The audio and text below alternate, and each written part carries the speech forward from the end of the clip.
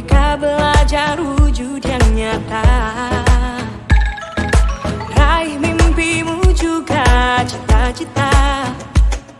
Generasi emas Indonesia.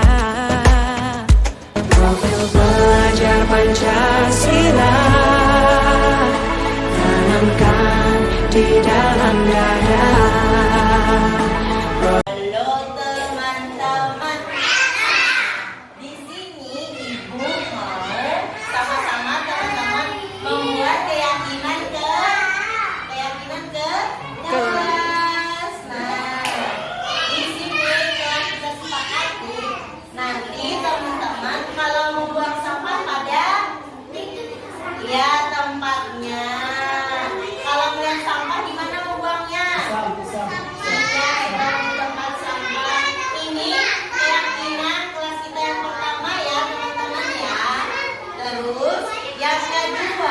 Keyakinan kelas kita, kalau ibu bapak berbicara, teman-teman mendengar. Nah, jadi diam dulu. Ini keyakinan kelas kita yang kedua. Terus teman-teman, ada lagi. Sayang tidak berkelahi, tidak main tangan dan tidak main kaki. Ini yang ketiga, ya. Yang pertama tadi buang sampah pada tempatnya. Yang kedua yaitu kalau ibu berbicara teman-teman mendengar. Nah, yang ketiga sayang teman terus. Yang keempat meletakkan kayak sepatu, tas, botol minum, buku. Iya. Ini yaitu keyakinan kelas kita.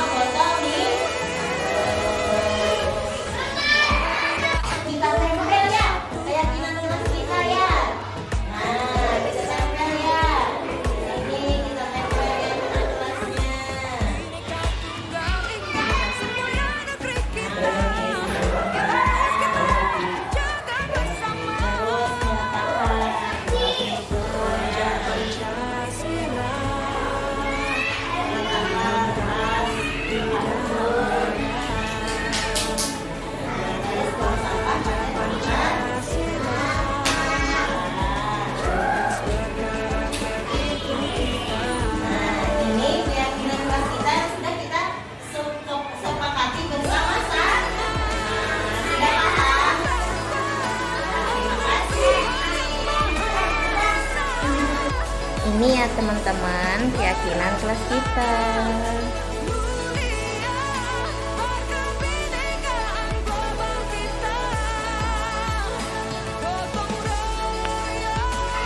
Assalamualaikum warahmatullahi wabarakatuh. Waalaikumsalam warahmatullahi wabarakatuh. Baiklah teman-teman, pada hari ini kami bertiga PGP angkatan 11. Saya Lamnya, Ustazah Nurjaya, Ustazah Siti Nurjaya.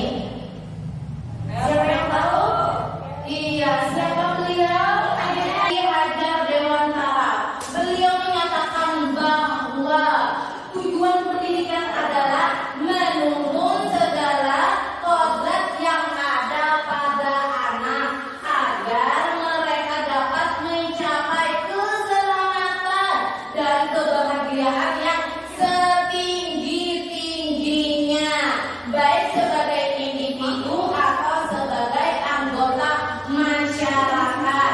Oleh sebab itu, tugas pendidik hanya dapat menuntun tumbuh atau hidupnya kekuatan kodrat yang ada pada anak-anak agar dapat memperbaiki laku hidupnya dan tumbuhnya kekuatan kodrat anak. Nah, apa kaitannya dengan budaya positif, teman-teman? Oke, lanjut slide berikutnya. Untuk mewujudkan tujuan pendidikan, yaitu melahirkan generasi sesuai profil pelajar Pancasila, maka pendidikan memiliki peranan penting dalam mewujudkannya melalui penerapan budaya positif di sekolah. Selanjutnya, budaya positif di sekolah. Budaya positif di sekolah yaitu yang mana nilainya keyakinan dan kebiasaan di sekolah yang berpihak pada murid agar murid dapat berkembang menjadi pribadi yang kritis, penuh hormat dan bertanggung jawab.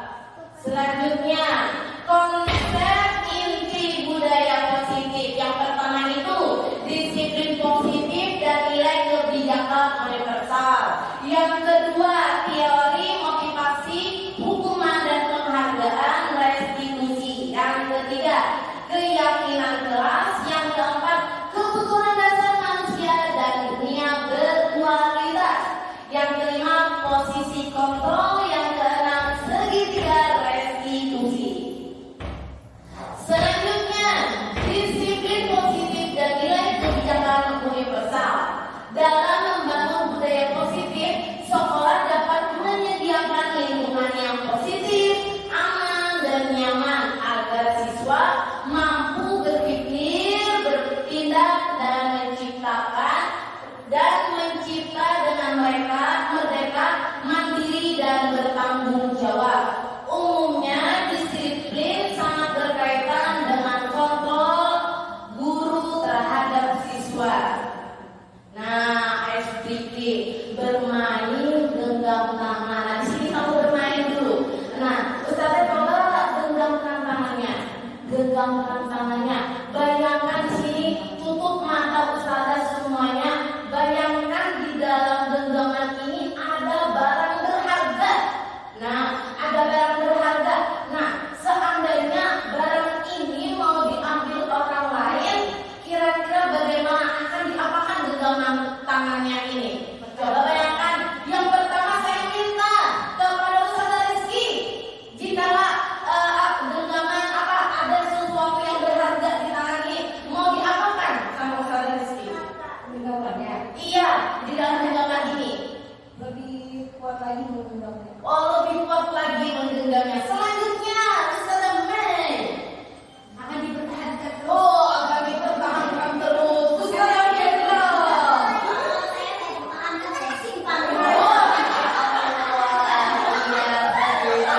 Nah, itu pada diri kita. Silakan slide selanjutnya. Perubahan paradigma. Nah, kita simak di sini ada A dan B, angka dan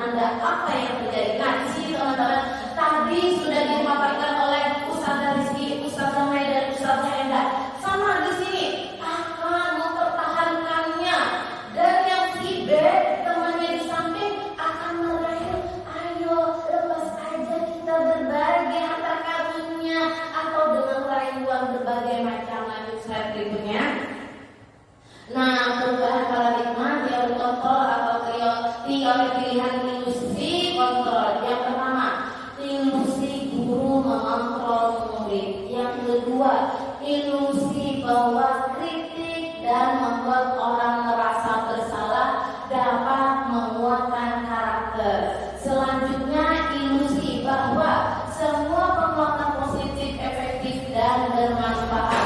Yang ketiga, ilusi bahwa orang dewasa memiliki hak untuk memaksa. Nah, ini selanjutnya perubahan paradigma stimulus respon teori kontrol teori pilihan. Siapa sesungguhnya yang memiliki kontrol? Siapa? Stimulus respon. Kita mencoba mengubah orang agar berpandangan sama dengan kita. Teori kontrol atau pilihan, kita berusaha memahami pandangan orang lain tentang dunia. Selanjutnya, perilaku buruk dilihat sebagai suatu kesalahan. Teori kontrolnya, semua perilaku memiliki tujuan. Selanjutnya, orang lain bisa mengontrol saya, hanya Anda yang bisa mengontrol diri Anda. Selanjutnya, saya bisa mengontrol orang lain, Anda tidak bisa mengontrol orang lain. Selanjutnya, pemaksaan ada pada saat bujukan gagal. Nah, pemaksaan ada pada saat bujukan gagal. Teori kontrolnya kolaborasi dan konsensus menciptakan pilihan-pilihan baru. Selanjutnya, model berpikir menang atau kalah. Model berpikir menang atau menang-menang. Oke, selanjutnya. Apakah makna disiplin menurut Anda? Nah, dalam hal ini akan disampaikan oleh Ustazah Yanti. Waktu dan tempatnya dipersilakan. Oke, terima kasih banyak Ustazah kami. Tepuk tangan dulu buat Ustazah Mina. Halo teman-teman. Semangat siang teman-teman yang ada suaranya. Lagi, halo teman-teman. Oke, tadi Ustazah kami sudah menyampaikan tentang kita lanjut aja ya teman-teman ya. Di sini ada pertanyaan. Apakah makna disiplin menurut Anda? Coba saya mau tahu dulu pendapat salah satu dari peserta yang ada di sini. Sebelumnya ada yang mau menyampaikan pendapatnya?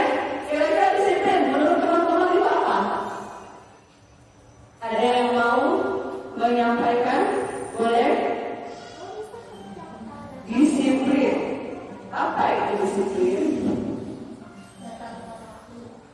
Betul, bisa. Saya jawab betul. Apa lagi? Ada lagi? Ada lagi? Kira-kira apa saja disiplin menurut Ustazah Sakti? Sakti, bisa. Tadi Balkis?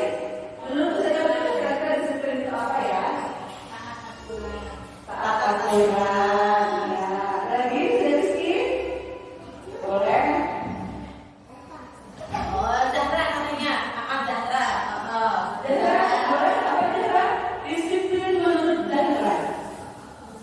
Tadi katanya ada taat aturan, ada taat patuh. Coba kita lihat kira-kira disiplin itu apa ya? Oke, disiplin positif berasal dari bahasa Latin yaitu disiplina yang artinya belajar. Makna asal dari kata ini berkonotasi dengan disiplin diri dari murid-murid Socrates dan Plato. Disiplin diri membuat orang menggali potensinya menuju sebuah tujuan apa yang dia hargai. Namun dalam budaya kita, makna kata disiplin telah berubah menjadi sesuatu yang dilakukan seseorang pada orang lain untuk mendapatkan kepatuhan. Kecenderungan umum adalah menghubungkan kata disiplin dengan ketidaknyamanan, bukan dengan apa yang kita hargai atau pencapaian suatu tujuan mulia. Jadi kadang teman-teman kalau kita menangkap disiplin itu harus anak-anak harus seperti harus patuh, harus inilah. Makanya di situ kan untuk mendapatkan kepatuhan, tetapi umumnya disiplin itu ada nyaman, yaitu teman-teman. Ya karena biasanya disiplin itu anak-anak lebih banyak kayak mengikuti kehendak kita. Ya, lanjut ke sini deh ya.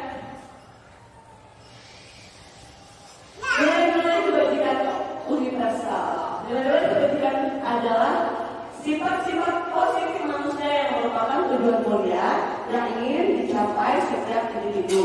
Nilai-nilai tersebut bersifat universal dan lintas bahasa, suku bangsa, agama maupun latar belakang. Setiap perilaku atau perbuatan memiliki suatu tujuan. Ini menurut Dr. William Glasser pada teori kontrol tahun 1984. Kemudian dengan mengaitkan nilai kebijakan yang diyakini seseorang, maka motivasi intrinsiknya akan terbangun sehingga menggerakkan motivasi dari dalam diri untuk dapat mencapai tujuan mulia yang diinginkan. Ini menurut Diana dosen tahun 1998. Kemudian nilai-nilai kebajikan yang ingin dicapai oleh setiap anak Indonesia kita kenal dengan profil pelajar Pancasila sesuai dengan 6 dimensi kemarin teman-teman ya. Ada yang ingat? Tutup saja ya. Coba. Siapa yang ingat 6 dimensi profil pelajar Pancasila? Siapa? Betul, bernalar kritis. Satu lagi. Ya, satu lagi. Masih ada yang lagi? Belum.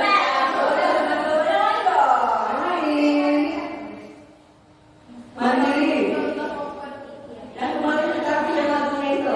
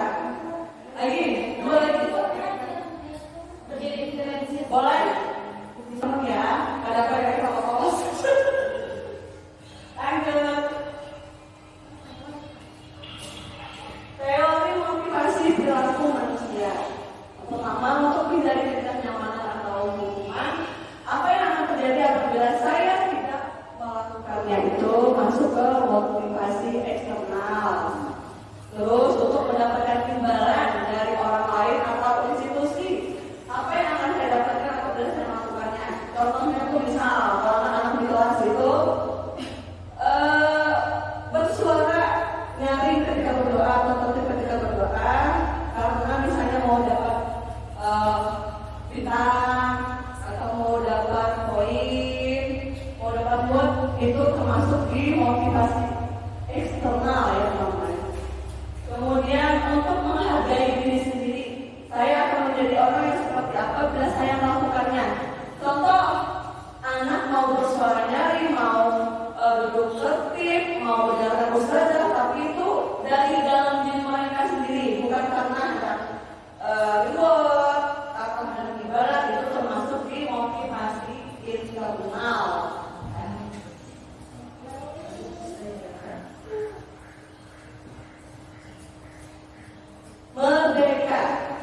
Merdeka menurut Ki Hajar Dewantara. Merdeka itu artinya tidak hanya terlepas dari perintah, akan tetapi juga cakap buat memerintah diri sendiri. Itu adalah menurut buku dari Ki Hajar Dewantara, Pendidikan Profesi Keteladanan Sikap Merdeka, cetakan kelima tahun 2013 halaman 499. Kemudian di sini ada teori hukuman dan penghargaan. Dihukum oleh penghargaan. Bahwa penghargaan berlaku sama dengan hukuman dalam arti meminta atau memujuk seseorang melakukan sesuatu untuk memenuhi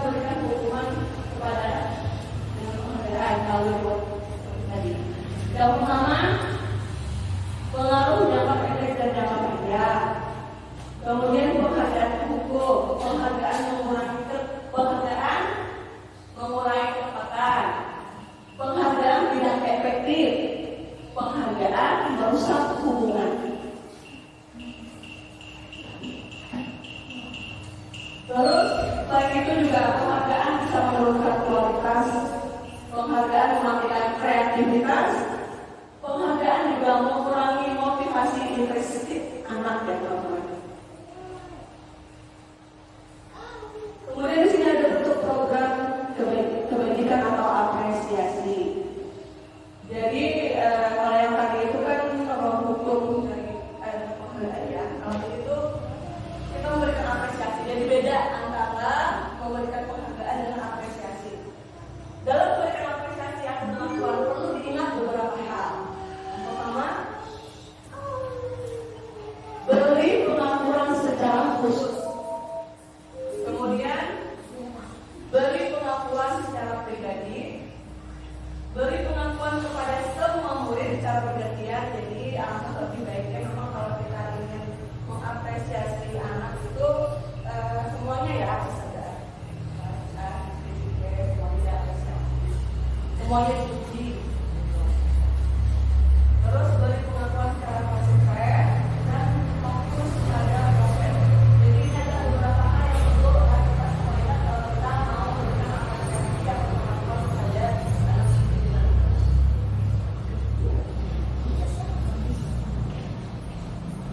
Ini adalah contoh pengakuan atau apresiasi berbagai macam.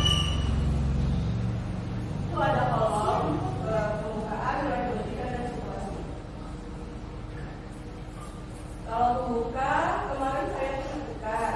Terus nilai kebajikannya, rasa empatimu besar sekali. Situasinya pada saat menolong murid baru di kelas kita. Kemudian pembukanya saya menghargai, nilai kebajikannya kepedulianmu. Situasinya pada saat kamu bantu teman-teman kita sekelompok. Terus terima kasih untuk nilai kebajikannya rasa tanggung jawabmu. Situasinya pada saat kamu mau cepat-cepat memesankan baik. Jadi pertanyaan pemantik tadi kan sudah teman-teman menteri semuanya juga baca yang saya jelaskan tadi. Menurut Anda apakah hukuman dan konsekuensi itu sama? Berikan pendapat Anda. Hukuman dan konsekuensi. Ada yang mau menyampaikan pendapatnya? Kira-kira hukuman dan konsekuensi itu sama ada di sana? Tidak. Coba yang mau jawab tidak ke tangan? Jawab tidak? Tuh 2, 3, 4, 5. Berarti nggak pernah konsekuensi ya? Semuanya sama berarti jawabannya. Konsekuensi dan hukumannya sama. Beda. Jaka beda. Yang lain beda sama. Beda ya. Coba kalau beda ya. Yang sama dulu deh. Yang sama dulu coba Jaka. Jaka kan konsekuensi beda. Beda. Tapi kan konsekuensi sama hukuman itu beda. Kalau hukuman apa?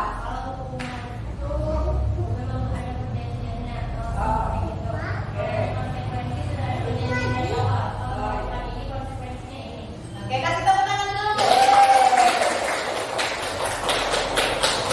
Sekarang yang menjawab sama. Tadi yang beda cuma dia satu kan?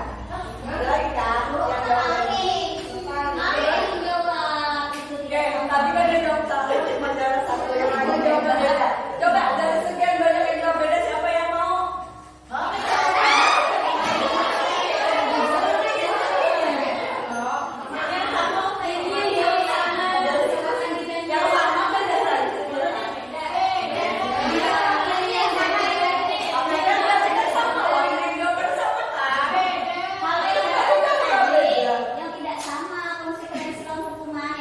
Berarti itu tidak tadi. Yang beda cuma sih.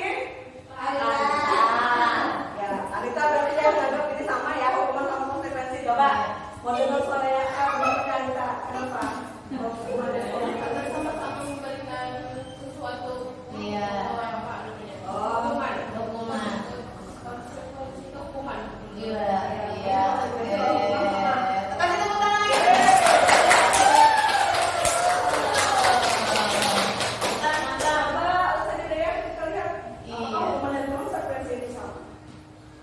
Nah, bisa dilihat ya teman-teman, hukuman adalah sesuatu yang dijatuhkan kepada pelaku melalui prosedur belajar. Oke, kalau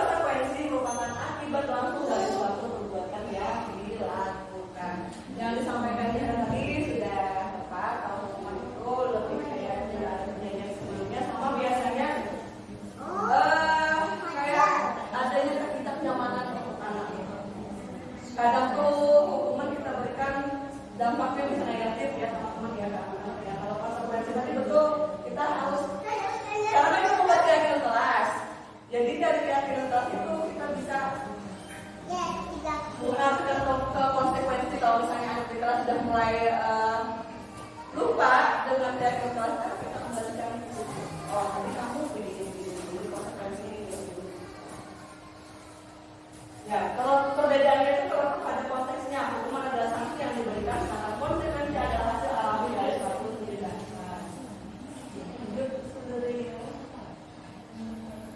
Sekarang di sini kita ada pertanyaan. Nanti teman-teman, ini kan ada kolam kosong ya teman-teman ya. Hukuman atau konsekuensi. Jadi menurut teman-teman, kira-kira di situ itu isinya hukuman atau konsekuensi berdasarkan dari pertanyaan di sebelah kiri yang tindakan dulu. Apakah ini perlu kita bagikan kertas ini kan? 100 kali di dalam buku dengan kalimat saya tidak akan mengulangi lagi karena telah bersekolah. Kira-kira menurut teman-teman hukuman atau konsekuensi mencatat 100 kali dengan kata-kata saya tidak akan terlambat lagi karena dia terlambat ke sekolah. Menurut teman-teman itu hukuman atau konsekuensi?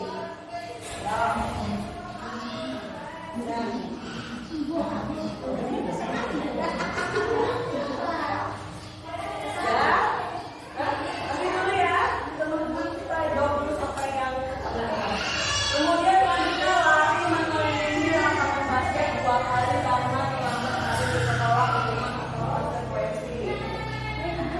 Terus kemudian diminta untuk push up 15 kali karena tidak menggunakan masker ke sekolah, hukuman atau konsekuensi. Ya, sesuai dengan ini. Boleh kalau teman-teman sudah selesai nomor 1 ke nomor 2. Selanjutnya menggantikan kertas tugas teman yang telah dicoret-coret, hukuman atau konsekuensi. Membersihkan tumpahan air di meja tulis karena kesenggol saat belajar, hukuman atau konsekuensi. Murid disuruh tidak mengenakan sepatu seharian di sekolah karena tidak mengenakan sepatu hitam, hukuman atau konsekuensi. Lari mengelilingi lapangan basket 2 kali karena terlambat 10 menit untuk pelajaran PJOK, hukuman atau konsekuensi. Tadi kan di slide sebelumnya itu hukuman, pengertiannya ini, konsekuensi, pengertiannya ini. Kelihatan nggak?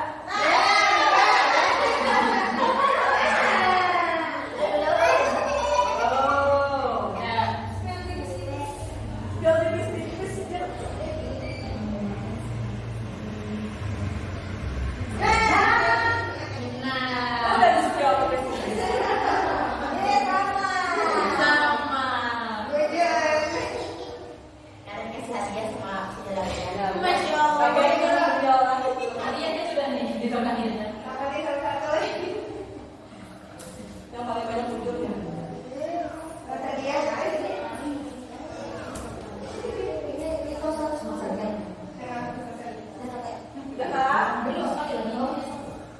Sudah, kita tukar.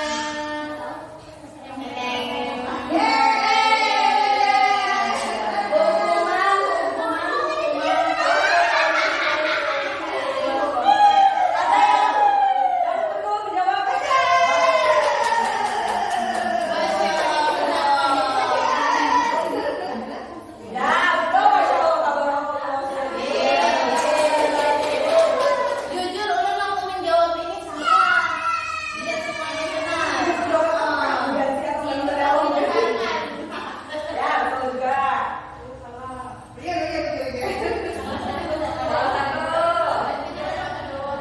Coba.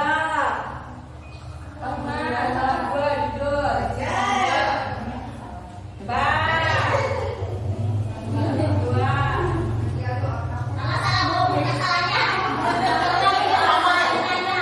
Dari hasil jawaban teman-teman tadi, alhamdulillah yang betul teman-teman sudah tepuk tangan dulu. Berarti teman-teman sudah paham apa itu hukuman dan konsekuensi. Oke.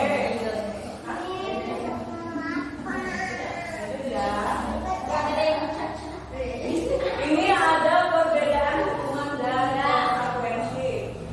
Kalau hukuman sesuatu yang menyakitkan harus terjadi, membuat anak sakit fisik maupun hati untuk jangka waktu lama.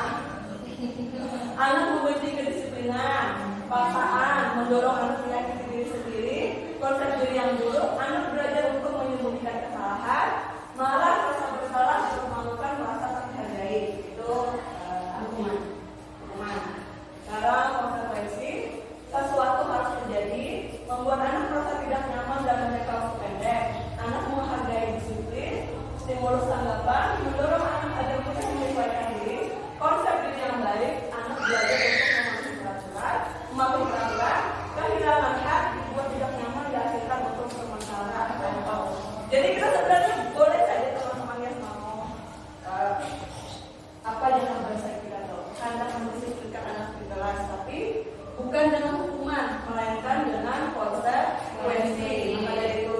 dari itu kenapa kita membuat keyakinan kelas? Karena kalau keyakinan kelas itu kan kita membuatnya bersama dengan anak-anak. Dan di situ juga bagian kan sudah apa nih kira-kira konsekuensinya kalau teman-teman melanggar. Jadi sudah terjadi sebelumnya, otomatis kalau kita melanggar konsekuensi anak pun tidak merasa sakit hati. Ya kalau yang tiba-tiba mungkin kita langsung ini tadi anak-anak bisa ada patuh, bisa sakit hati, mungkin lawan kita.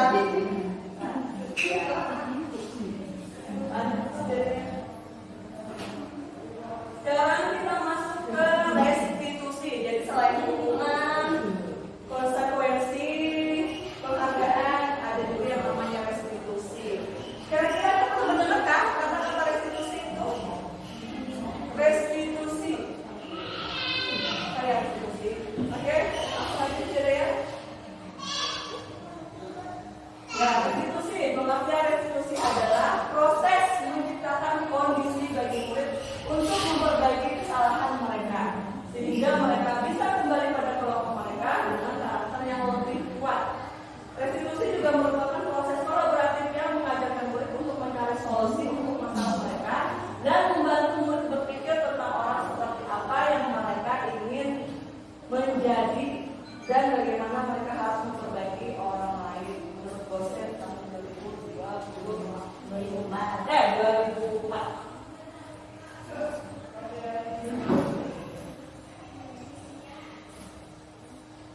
Intensitas gagal dan identitas ya Allah, identitas gagal dan identitas sukses. Jadi kalau kita menggunakan hukuman itu cenderung ini disiplin yang kita identitas itu gagal ya. Contohnya sesuatu yang menyakitkan harus terjadi, kemudian tidak nyaman untuk murid atau anak tidak waktu yang panjang, sakit hati tadi bisa keingatan sampai dana kamu tadi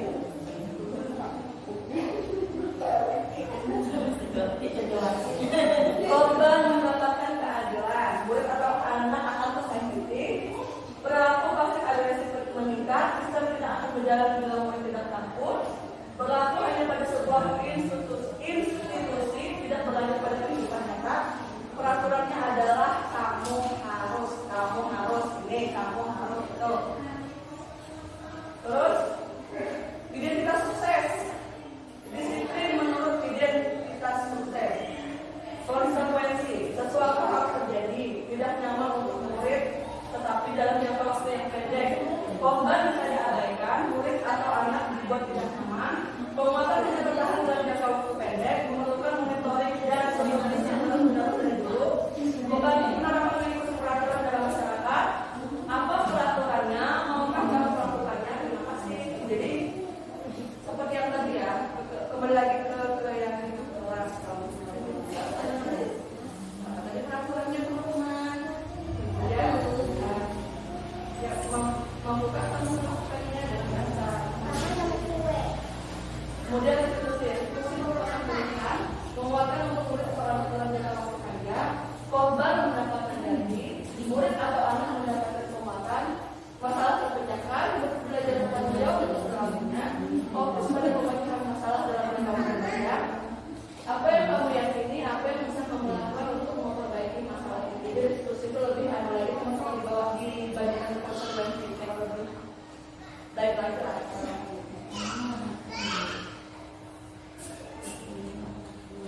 Di sini ada 9 ciri-ciri restitusi. Yang pertama, bukan untuk menebus kesalahan, namun untuk belajar dari kesalahan. Yang kedua, memperbaiki hubungan. Yang ketiga, tawaran bukan paksaan. Yang keempat, restitusi menuntut untuk melihat ke dalam diri. 5, restitusi mencari kebutuhan dasar yang mendasari tindakan. 6, restitusi diri adalah cara yang paling baik. 7, restitusi fokus pada karakter bukan tindakan. 8, restitusi fokus pada solusi. 9, restitusi mengembalikan murid dan berbuat salah pada orang. Jadi kalau mau melakukan restitusi harus ingat ini.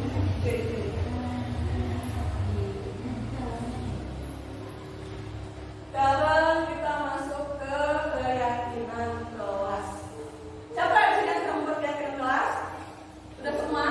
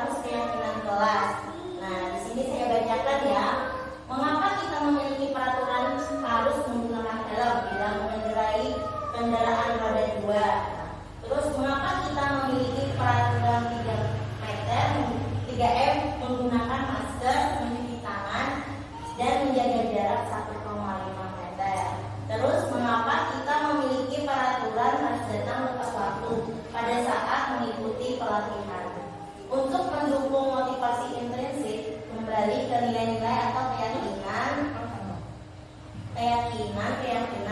lebih menggerakkan seseorang dibandingkan mengikuti serangkaian peraturan-peraturan. Nah, di sini ada sebuah lingkaran teman-teman, yaitu tentang budaya positif, lingkungan positif, keyakinan kelas, serta peraturan kelas. Dulu kita bikin peraturan kelas ya. Sekarang kurikulum Merdeka menggunakan keyakinan kelas. Jadi disepakati sama-sama bersama guru dan murid ya. Ya, lanjut. Nah, dari kalimat di bawah ini, mana yang merupakan kalimat kesepakatan kelas atau keyakinan kelas? Nah, di situ ada kesepakatan kelas dan sama kesepakatan kelas. Yang pertama, datang tepat waktu, mengucapkan salam, menjaga kebersihan sekolah, berdoa sebelum dan sesudah kegiatan, aktif dalam pembelajaran. Terus, kami saling menyayangi, kami murid yang semangat belajar, kami murid yang peduli dengan teman. Nah, dari sini kira-kira yang mana yang termasuk keyakinan kelas ya? Ada beberapa kata-kata di sini. Yang mana kira-kira yang merah? Nah, bisa disebutkan Ibu Jahra. Dari situ yang mana keyakinan kelas? Kira-kira kami saling menyayangi, kami murid. Ya, kami saling menyayangi. Terus kami murid yang peduli dengan teman. Ya, kami murid yang peduli dengan teman. Lanjut. Apa lagi? Yang mana Ibu Rizky? Oh, yang semangat belajar. Ya. Menjaga kebersihan sekolah. Ya. Hebat Bu Anita, menjaga kebersihan sekolah. Itu termasuk sayang lingkungan ya. Ya. Lanjut lagi. Nah, di sini ada kegiatan pendalaman keyakinan kelas menggunakan tabel T dan Y. Di situ bisa dengan satu orang berbicara, yuk saya bantu kita bisa selesaikan ini bersama-sama. Terima, tolong ya, permisi, boleh saya pinjam, nanti akan segera saya kembalikan. Nah, terus yang dari kata terlihat, berempati terhadap perasaan orang lain, memegang barang milik orang lain hanya dengan lainnya, mendengarkan dengan sesama, senantiasa berbuat baik, berbagi. Terus berperilaku, tersenyum ramah, memberikan salam hormat, berjabat tangan, meletakkan tangan di dada atau salim, terus memberikan ruang bekerja, postur tubuh yang tenang. Di sana ada tabel format, yaitu tampak seperti dan tidak tampak seperti. Datang tepat waktu itu tampak seperti menyapa teman dengan guru setiap kali, mengembalikan barang teman yang telah dipinjam dengan mengucapkan dan terima kasih. Terus yang tidak tampak seperti sering hadir terlambat, tidak acuh kepada teman dan guru, tidak mengembalikan barang yang telah dipinjam dan meletakkan sembarangan. Terus untuk kata bekerja, tampak seperti tekun bekerja dan menyimak guru, menyerahkan tugas tepat waktu, tidak tampak sepertinya tidak mendengarkan guru dan acuh tak acuh. Terus tugas tidak diberikan.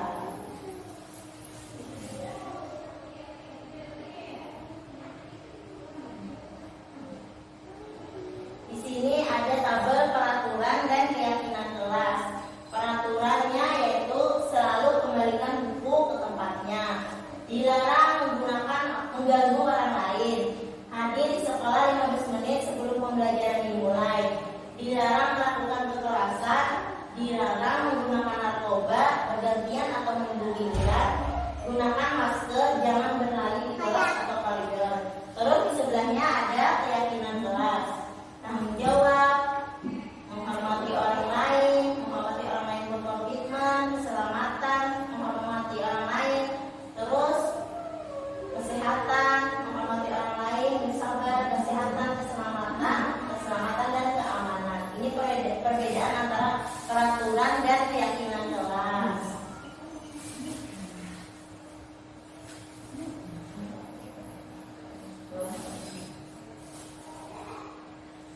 Di sini ada kebutuhan dasar manusia dan dunia berkualitas.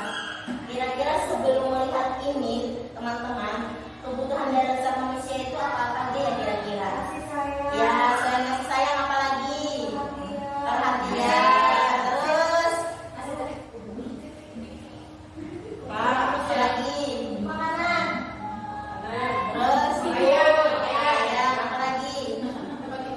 Kira-kira kalau kasih sayang itu seperti apa ya contohnya? Ayo. Kita kasih sayang itu gimana? Sengaja ditutup ini ya. Ya. Tadi kasih sayang, apa lagi? Karena kelihatan dari sini. Ya, kita buka aja ya. Kira-kira Ya. Ya, di sini kita bacakan. Kebutuhan dasar manusia adalah kebutuhan yang harus dipenuhi oleh setiap individu untuk menjaga kelangsungan hidupnya. Nah, di situ ada 5. Pertama, kasih sayang dan rasa diterima. Oh, ngerti. Kesenangan, penguasaan dan kebebasan. Terakhir. Oh, dan bertahan hidup. Ya, Makan tadi bertahan hidup. Makan dan minum. Iya, Makan dan minum. Iya, bertahan hidup.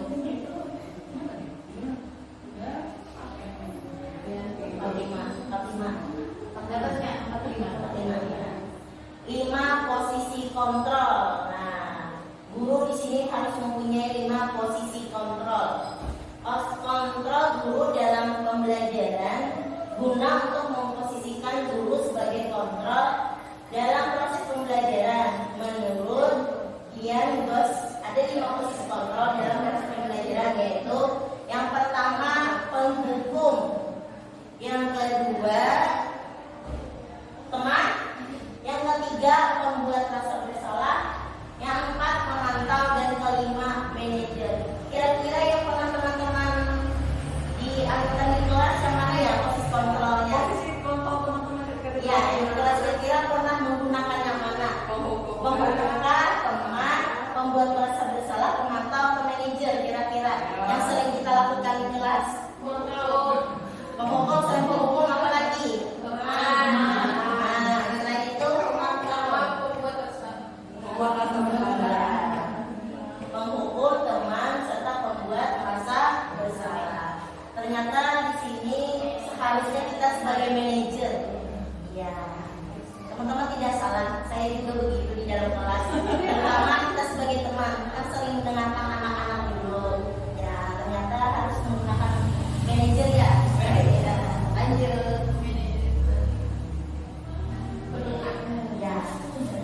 5 posisi kontrol. Nah, di sini ada tabelnya dari motivasi, identitas gagal, identitas berhasil atau sukses, dan identitas sama berhasil atau sukses. Motivasi di sini guru berbuat, penghukumnya bisa cara menghakimi, membuat rasa bersalahnya berceramah.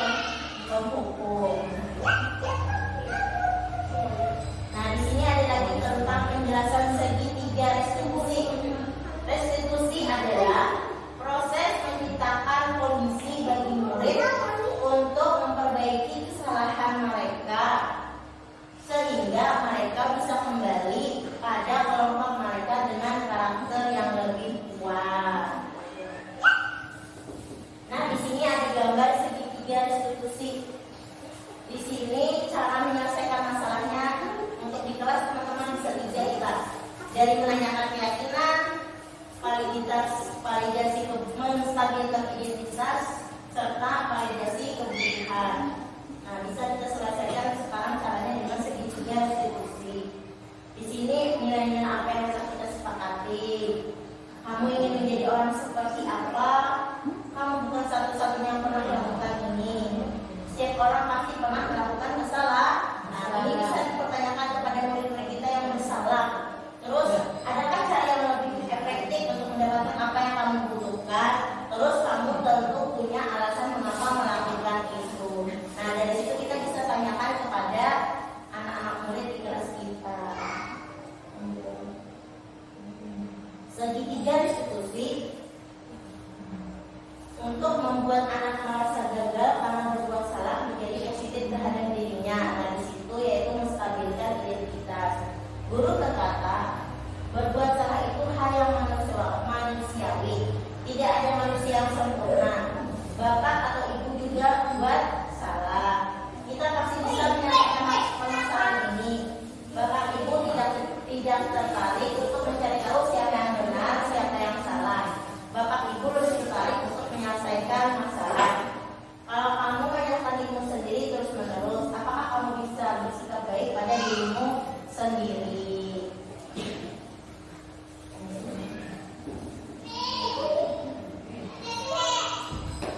Ya, nah di sini lagi ada kata-kata validasi kebutuhan. Membantu murid mengenali basic net atau kebutuhan dasar ingin dipenuhinya ketika melakukan sesuatu. Pada dasarnya setiap tindakan manusia tujuannya adalah memenuhi kebutuhan dasar, apakah itu penguasaan, kebebasan, kasih sayang dan rasa diterima, kesenangan atau bertahan hidup. Terus guru berkata, kami bisa saja kan melakukan hal yang buruk, tapi kamu tidak melakukannya. Kamu pasti punya alasan mengapa melakukannya. Apa yang penting bagi kamu? Kamu boleh tetap berusaha menjaga sikap itu, tapi tambahkan sikap yang lain yang baru. Maukah kamu belajar cara lain untuk mendapat yang kamu butuhkan tanpa harus memukul? Apakah kamu bisa melakukan yang lebih baik atau besok lagi?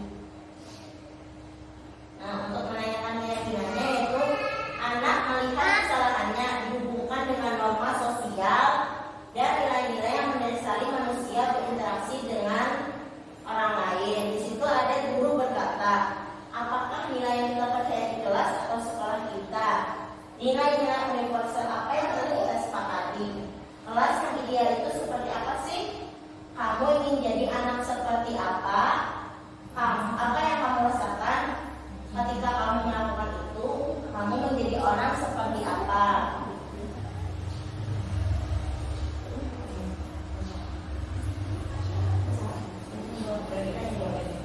Kira-kira dari pemaparan kami tentang disiplin positif, adakah yang mau ditanyakan?